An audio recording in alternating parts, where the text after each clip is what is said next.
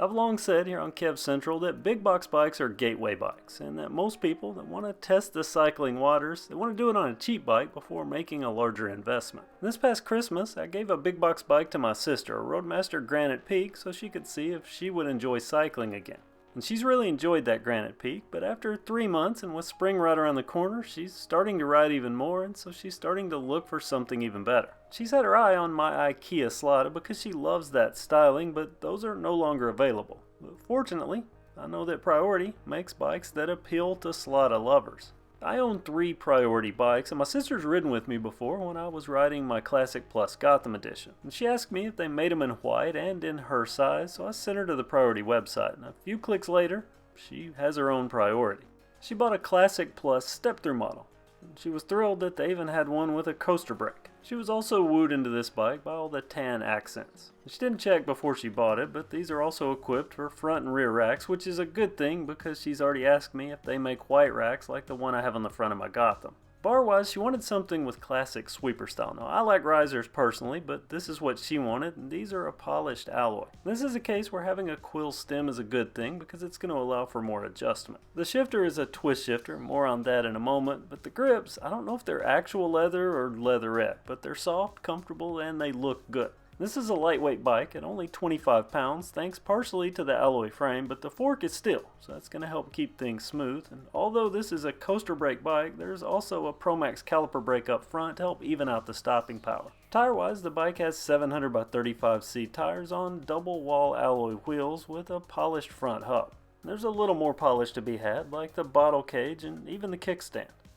On top of quality, the crown jewel of Priority bikes has always been the belt drive, the Gates carbon drive. It's ultra reliable and low maintenance, or as Priority says it, hassle-free.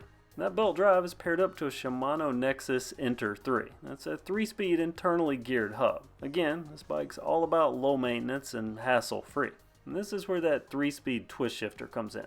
My sister's only 5'3", and even though this is the small frame, it looks kinda tall, so we'll see. In the saddle, it's made for comfort, and it matches the grips and tires. So you can see this is a big jump from a $59 Roadmaster Granite Peak. There's different style bars, braking, and she's going from 18 speeds to 3.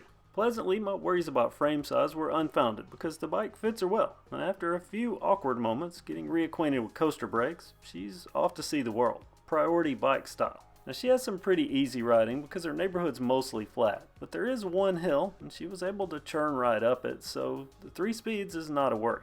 I had a good feeling that she would like it. I mean, I know they're good bikes, but she really likes it, and I know this because every time I rode beside her, she would go on and on about all the different features that she found to be nice. Here are the frequent mentions: the comfortable grips, the handlebar sweep, the coaster brakes, and how smooth the ride of the bike is, which is interesting because she's coming from a front suspension bike, albeit a big box one, but for her, this is the best bike she's ever ridden. She only had one complaint, and that wasn't with the bike, but with my setup, with the angle and height that I had set the bars at.